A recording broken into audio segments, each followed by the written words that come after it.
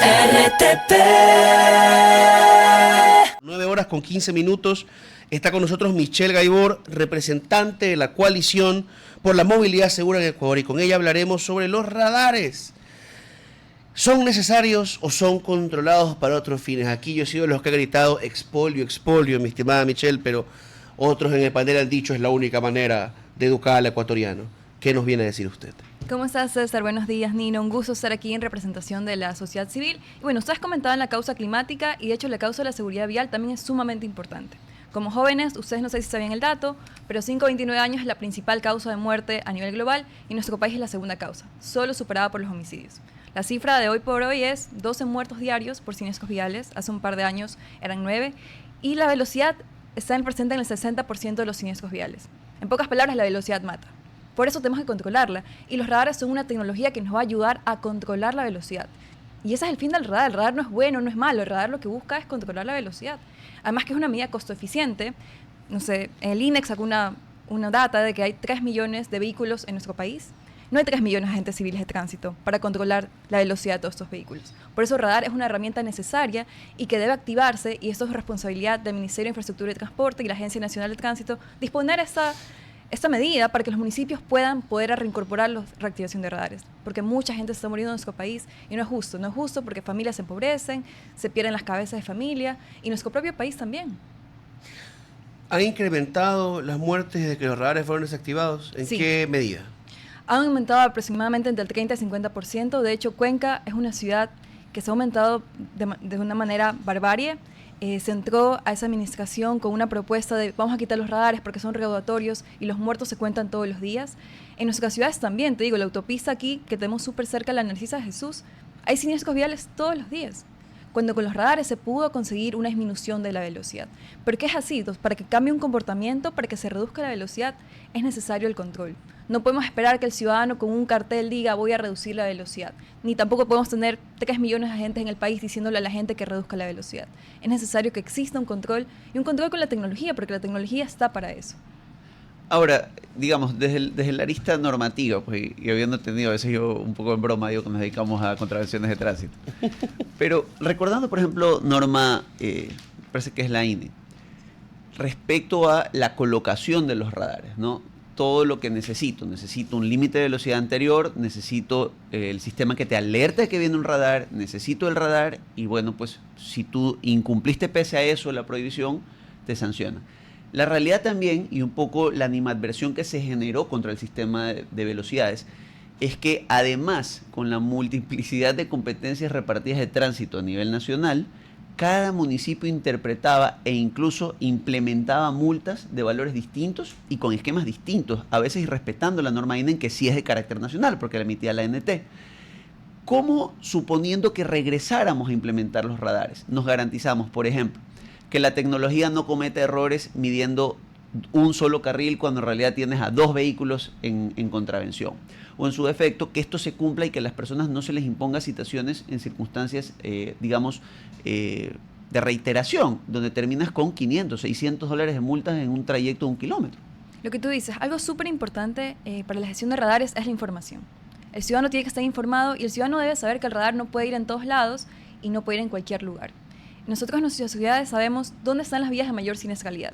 En Guayaquil es la Narcisa Jesús, es la vía perimetral, es la vía Daule, y sabemos dónde ocurre el exceso de velocidad. Entonces los radares tienen que ir en esos lugares y además tienen que ser informados. Ya pasó en muchos municipios que el radar está en una curva. Ya no está bien, no es justo. Para que el control sea efectivo, el control tiene que ser informado, tiene que ser permanente. ¿Qué quiero decir con esto? Que el control no puede ser que el radar funcione hoy día sí y mañana no. Porque pasaba muchas veces, me pasé el límite de velocidad, no me multó, ok, entonces este radar no sirve. Y empieza a perder la legitimidad de la tecnología. Entonces va muchísimo la gestión de los radares, y ahora la ANT emitió un nuevo reglamento técnico en su resolución 33, y aquí vuelve a normar y actualizar la normativa respecto a la gestión de radares para que sea mucho más transparente. Pero aquí le corresponde a los municipios hacer un buen proceso de información a la ciudadanía. De nuevo, que la ciudadanía no vea esto como que el radar es malo, es recaudativo, sino que es una herramienta que busca salvar vidas, y es lo que nosotros como sociedad civil buscamos posicionar. Pero seamos duros, ¿no? Estamos hablando de un salario básico, corrígeme César, tú que estás más al día, ya superamos los $500, ¿no? No, todavía no. Ya, estamos ni siquiera por superar los $500. estamos hablando del 25% en una multa estándar del salario básico unificado, en una población que principalmente gana eso. A lo mejor si revisamos el marco de las multas, y en municipios hablamos a veces hasta del doble, dependiendo del tipo de infracción, porque más allá del radar, además hoy hablamos de cámaras, ¿no?, que tienen doble función. Tenemos denuncias por montones en el municipio de Durán, gente que le clavaban multas por pasarse una luz roja sin tener certeza de quién era el operador que le había impuesto esa multa. Notificaciones 3 meses tarde, que fue mi caso 2 veces. Entonces, entendiendo la necesidad, porque efectivamente el tema preventivo es necesario, ¿qué le sugieres tú a los municipios, a la ANT, para coordinar al menos un sistema estandarizado? Al menos que si tú vas a tomar una carretera interprovincial, tengas la certeza de que va a ser más o menos la misma multa, es más o menos o se cumple con la misma norma INEN en todas partes. ¿Qué correctivos le sugieres tú a las agencias nacionales? Bueno, recordando que la competencia de tránsito, transporte y seguridad vial es una competencia municipal, te digo, va a corresponder mucho a los municipios, podría haberse un esfuerzo por parte de la AME respecto al tema de las multas, pero sin perjuicio de eso, lo primero es el tema preventivo. Ahora, también el radar te va a sancionar en la medida que tú lo hagas, cometas la infracción.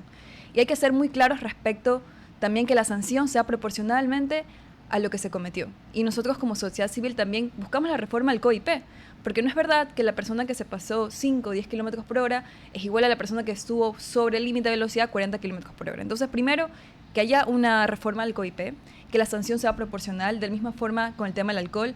Nosotros los jóvenes no deberíamos consumir alcohol porque, bueno, hasta los 25 años no se desarrolla la corteza prefrontal, es un poco un tema fisiológico, entonces no debe permitirse el alcohol. Volviendo a la velocidad del alcohol es una combinación terrible, entonces tiene que haber sanciones proporcionales a la gravedad. De nuevo, los municipios, lo que primero tenemos que buscar es que sea una gestión transparente, o sea, la información que sea permanente, que no se use como una herramienta política. O recaudatoria. O recaudatoria, pero de nuevo, ¿cómo haces que no sea recaudatoria? Informando a la ciudadanía, que la ciudadanía está informada y que ese control sea permanente, sea enfocado, porque cuando nosotros tenemos las reglas claras del juego, yo digo, ok, si me paso esto aquí, el límite de velocidad no me vuelve a pasar, porque sé que este radar funciona y funciona de esta manera. No podemos buscar decir, sabes que la sanción es más pequeña, porque es una sanción grave que puede llevar a perder la vida de alguien. Y de nuevo, esto es un dolor súper grande para las familias. De hecho, nuestra rostro de nuestra campaña se llama Ángeles. Es una niña que perdió a su madre en un siniestro de tránsito por velocidad en una moto. Y además, no solo causa dolor a la familia, sino al país también, en temas económicos. Según un estudio del Banco Mundial, el Ecuador pierde alrededor de 5.400 millones de dólares por siniestros viales. Y luego estamos prestando plata afuera. O sea, no puede ser que nosotros podamos prevenirlo y tener esa plata para reinvertir en la seguridad vial y calidad de vida. Un comentario de la audiencia que amablemente nos lo comparte. Primero nos dice, y algo que realmente lo he observado también yo, seguramente ustedes también. Los choferes profesionales de buses muchas veces, ¿no?, se las saben todas, ¿no? Bajan la velocidad cerca del radar y luego salen volando.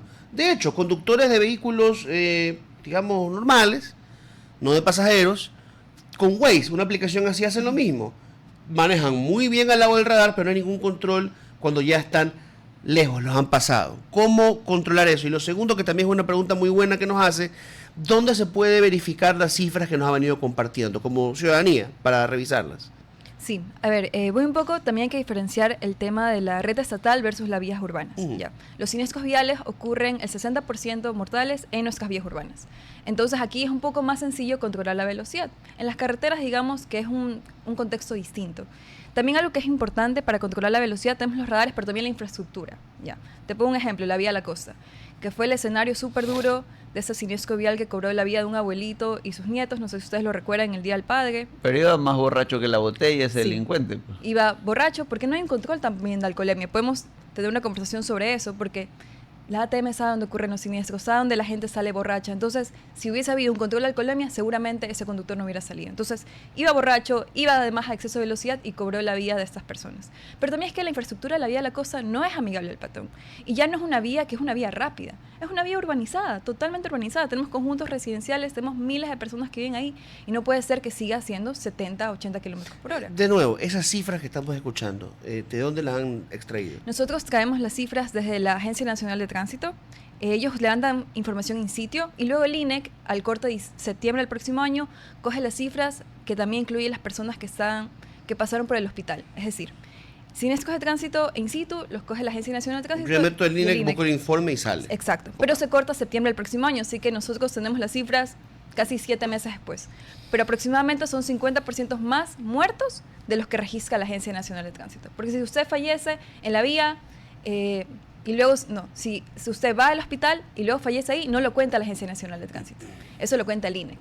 Entonces, por eso te saco esta cifra de 12 muertos diarios. Porque seguramente si vimos las cifras de la Agencia Nacional, llega a 7 máximo. Ahora, Interesante. si vamos al incremento en el parque automotor también, en los últimos años, podríamos decir que ha sido proporcional a una sociedad que cada vez se mueve más en vehículo particular también, pues, ¿no? Así es. El parque automotor sigue creciendo. De hecho, lo que más crece son las motocicletas. Esto es un riesgo también porque ellos no tienen todo este chasis que los cubre al momento de un siniestro vial, sino que solo tienen los cascos. Y nosotros también como sociedad civil estamos abogando porque hayan cascos homologados en el país y que la gente se pueda proteger. ¿Qué incidencia tienen las motocicletas en los siniestros, aún con exceso de velocidad? Ellos forman parte importante de las víctimas mortales, concentran alrededor del 30%. Tiene mucho que ver con el exceso de velocidad. También nosotros por eso buscamos abogar por eso. Porque el exceso de velocidad, créeme, si hay una forma de detener los siniestros viales en nuestro país, es la velocidad. En ciudades europeas. De hecho, me parece que es en los países nórdicos que se consiguió que hubieran 4 muertos al año. En nuestro país van más de 6.000. Pero con un sistema de transporte público que genera menor tránsito de vehículos particulares. Así Estoy es. de acuerdo contigo. Así Sí, es. una parte importante es la inversión en transporte público, pero también tenemos que irnos ayudando de las cosas. Te digo, lo más urgente hoy es la velocidad que cobra vías todos los días. Otra sugerencia que me llega como comentario de la audiencia que me parece interesante y conecta el control del tránsito para cuidar las vidas de la gente y la seguridad, el manejo de la seguridad para cuidar las vidas de la gente también. Hace poco el gobierno empezó a hablar de la tercera placa y la gran controversia fue si esta tercera placa venía con geolocalización o vendría con geolocalización o no. Yo me opongo a que se la pongan a todo el mundo en esta situación que vivimos, porque si uno llega a violar la ciberseguridad del Estado o corromper a una autoridad, esa información es muy peligrosa. Pero aquí me sugieren, ¿y qué tal si le ponemos la tercera placa a quienes tienen una ruta todos los días? A los buses. Y así podemos controlar cuando se salen de la ruta, controlar cuando a lo mejor se exceden de la velocidad a través de la geolocalización e incluso el expendio de gasolina. Manejar los subsidios focalizados a través de una tercera placa. ¿No le parece eso una buena idea? Te digo, con la tecnología podemos hacer muchísimas cosas y los datos siempre van a ser un insumo importante para la toma de decisiones. Hay que ver cómo se va a regular, hay que ver cómo se va a ejecutar todo esto, pero no podemos seguir esperando a que pasen estas cosas para controlar lo que ya tenemos. El radar es una herramienta que ya está puesta en nuestro país. En algunos lugares hay que volver a hacer el estudio técnico, ver si es viable que esté en este lugar o no esté en este lugar. Es que a veces te los ponen para cobrar, te los esconden. Y claro, aquí para la Agencia evitar. Nacional de Tránsito tiene que hacer su papel de regular y controlar, de hacer cumplir la ley con los municipios y también un llamado al Consejo Nacional de Competencias. Ellos también deben velar porque la competencia del tránsito, transporte terrestre y seguridad vial, pero aquí va el tema, la seguridad vial no suele ser prioridad. Y un poco es importante estos espacios para decir a la gente, eso es importante, cobra la vida diaria de personas y también empobrece núcleos familiares porque las principales víctimas son hombres jóvenes. Literalmente son mujeres que se quedan con su familia sin su principal soporte del hogar. A mí me ha molestado mucho, no es el caso siempre, pero generalmente lo ha sido, que las agencias de tránsito, claro, nos reportan ahora que sin radares la siniestralidad ha subido, pero cuando teníamos radares, los implementaban de 1000 maneras distintas y no la bajaban. Se supone que una buena aplicación del control de tránsito, sobre todo de radares, lograría que en ciertas áreas baje la siniestralidad. Por eso es que muchos pensamos, no hay una decisión técnica generalmente detrás de dónde ubican el radar, sino hay ganas de cobrar plata. Y la idea es, no hay que oponerse al radar, hay que oponerse al manejo antitécnico del radar. Ahora, ¿qué medidas ciudadanas deberían existir o qué control dentro del Estado debería existir para garantizar que se escoja bien dónde ponerlo el radar? Ahí es cuando la Agencia Nacional tiene que hacer su papel. El papel de hacer cumplir la norma técnica, que ellos pudieran actualizar, que los municipios puedan cumplirla. Y aquí también un llamado a la ciudadanía, incluso pueden denunciar también cuando un radar no está bien puesto. Y ahí le corresponde a las autoridades de control. Esto tiene que liderarlo la Agencia Nacional de Tránsito, sin perjuicio que los municipios tienen que ejecutarlo y que los municipios que saben que tienen bien sus radares, los vuelvan a reactivar. Es un tema de voluntad política y bueno, aquí también hago un llamado a la ciudadanía. Nosotros como sociedad civil estamos haciendo esta campaña. Invitamos a que la ciudadanía se sume a través de la firma de una petición que nosotros tenemos en la página coaliciónmovilidadseguradc.com, donde pueden poner su voluntad también para que eso vuelva a pasar, porque lo que tú decías, César, no es que en contra del radar, tiene que haber una gestión técnica del radar, para que en verdad se puedan salvar vidas y dejemos de morir en las vías, nosotros los jóvenes, dejemos de pedir familiares, porque no piensas que nos pasa hasta que un día algún familiar nuestro, un amigo nuestro, es víctima de un siniestro vial y que ojalá eso no tuviera que pasar en nuestro país, porque es algo que se puede evitar. No son accidentes, no existen los accidentes de tránsito, siempre hay algo que nosotros podemos hacer para evitarlo, hay una causalidad y por nosotros usamos el término siniestralidad vial. Yo creo que estamos de acuerdo, estimada Michelle, que hay que regresar al control, pero ojalá también primero regresemos a la confianza. Las agencias de tránsito a veces no han controlado bien a su personal, su accionar, no luchan contra lo que es evidente, carros que van sin placas o con placas adulteradas. Quizá hay que conquistar primero la confianza y luego ya entrar también con fuerza a hacer aplicar la ley, porque el guayaquileño y el ecuatoriano en general es resabiado.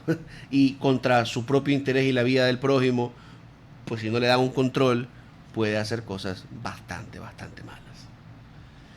Bueno, agradeciéndote mucho, Michelle, por todos estos datos que nos has dado alrededor de la siniestralidad y abogando también pues para que se recupere un uso progresivo y estructural de las competencias de tránsito en control de radares. No, muchísimas gracias por esa oportunidad de hablar de seguridad vial, que es importante. Nosotros como jóvenes queremos que así sea como la causa climática, la causa de la seguridad vial también sea nuestra. Así que un gusto estar aquí con ustedes. RTP